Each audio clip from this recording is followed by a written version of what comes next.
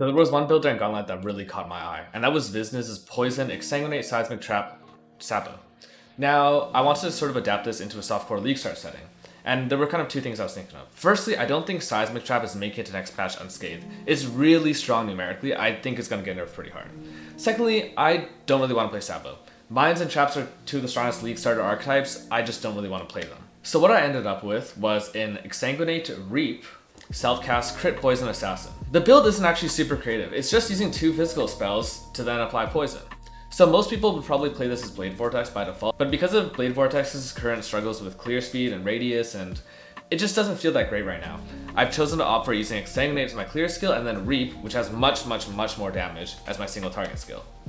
So the way this build works during the League Start is, on day 1 I'll be leveling as a Toxic Rain character, and then transitioning into a Bloodslinger at level 24.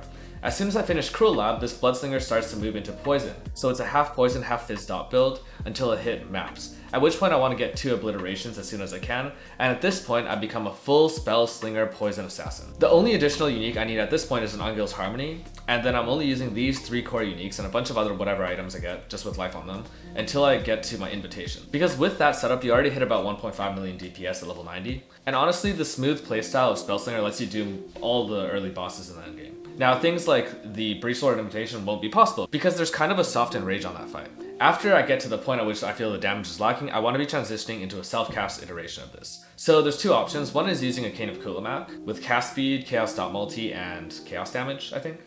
And the other option is to use 2 cold iron points. And then you'd probably want to also opt for a Frenzy on hit chest, because cast speed becomes really important as you get into the self-cast iteration of this build. All in all, I don't really know how I feel about the build. It's really strong early. It felt really great leveling all the way through, and it felt really great into T16s, you know, when I was like level 70, level 80, it felt fine.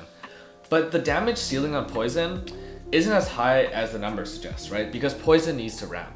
And the thing with this build is that it needs to ramp even more because of Reap and Blood Charges. The first Unleash Reap basically does half the damage, and then you have to wait for things like Wither to be applied as well.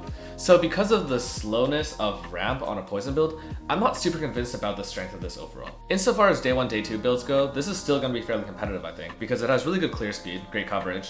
You have some layers of defenses with, you know, Acro and Assassin. You could path down to Wind Dancer, and you do have really simple gearing. The only issue, of course, is that the DPS ceiling or the DPS ramp is a bit awkward. And honestly, some of the fights when I was playing self-cast felt kind of awkward. Like, I don't think this build is going to be feared viable until you invest a ton at the top end. So until patch notes drop, there's really only 2 builds I'm thinking of experimenting with. Until then, please drop by and give me something to plagiarize.